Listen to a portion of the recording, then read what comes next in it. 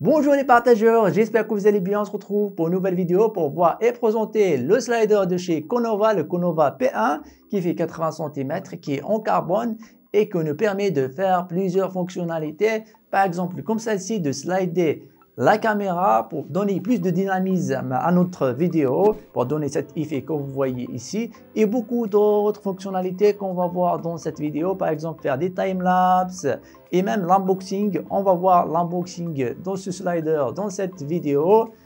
Mais avant cela, n'oubliez pas de s'abonner, d'activer la cloche pour qu'on se retrouve dans les prochaines vidéos et pour qu'on atteigne les 100K. Je compte sur vous et bien sûr le pouce bleu qui fait plaisir. On se retrouve après cet extrait.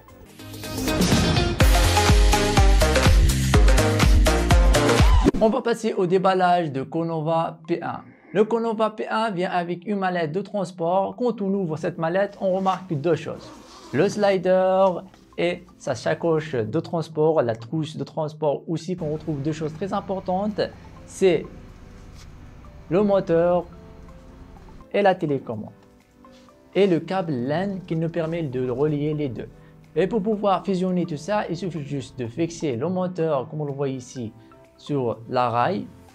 Fixer bien le moteur sur le slider et ajouter la croix. La croix pour pouvoir se déplacer dans le slider et relier la télécommande au moteur via un câble LAN, comme on le voit ici. Pour alimenter la télécommande, il suffit d'une batterie qu'on peut mettre ici ou l'alimenter via une batterie externe, comme on le voit ici, qu'on peut le relier via un câble USB. Donc, pour pouvoir fonctionner tout ça, il suffit juste de choisir deux choses, le point A et le point B. Pour pouvoir sélectionner la trajectoire de notre caméra, pour faire par exemple des timelapses, ici il nous propose de faire des live motion manuels avec le joystick, de faire déplacer la caméra, ou automatique, la caméra va se déplacer toute seule. Et le point très avantageux qu'il faut noter dans ce slider, c'est qu'il nous permet de faire des arrêts progressifs pour qu'on ne voit pas l'arrêt directement. C'est très utile, surtout si on veut faire des travelling sans arrêt. Cette fonctionnalité elle est très utile aussi pour ne pas rater des séquences pendant notre tournage. On a filmé cette timelapse en utilisant le slider. Et voilà l'arrêt progressif. La chose qu'on ne veut pas avoir quand on filme avec un slider, c'est le bruit de moteur. On ne veut pas entendre le bruit car le son est très important aussi dans la vidéo. Pour celui-ci, le Conova P1, il ne fait pas beaucoup de bruit. Je vais vous laisser juger par vous-même. Il est un peu proche de microphone cardioïde. Et pour le bruit, on n'entend pas grand-chose, comme vous le voyez ici. Je vais rapprocher le microphone.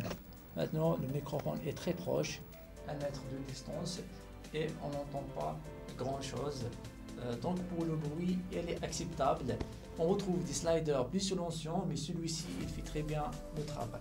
On peut filmer aussi des parallaxes en changeant l'axe de slider, comme vous le voyez ici, et filmer des parallaxes en mouvement fixé sur un sujet avec l'arrière-plan qui bouge beaucoup plus. Voilà, on arrive à la fin de cette vidéo. J'espère qu'elle vous aura plu. Si c'est le cas, n'hésitez pas de lâcher un gros pouce bleu, de la partager avec vos amis, de s'abonner, d'activer la cloche pour qu'on se retrouve dans les prochaines vidéos. D'ici là, la paix sur vous. Salam, peace.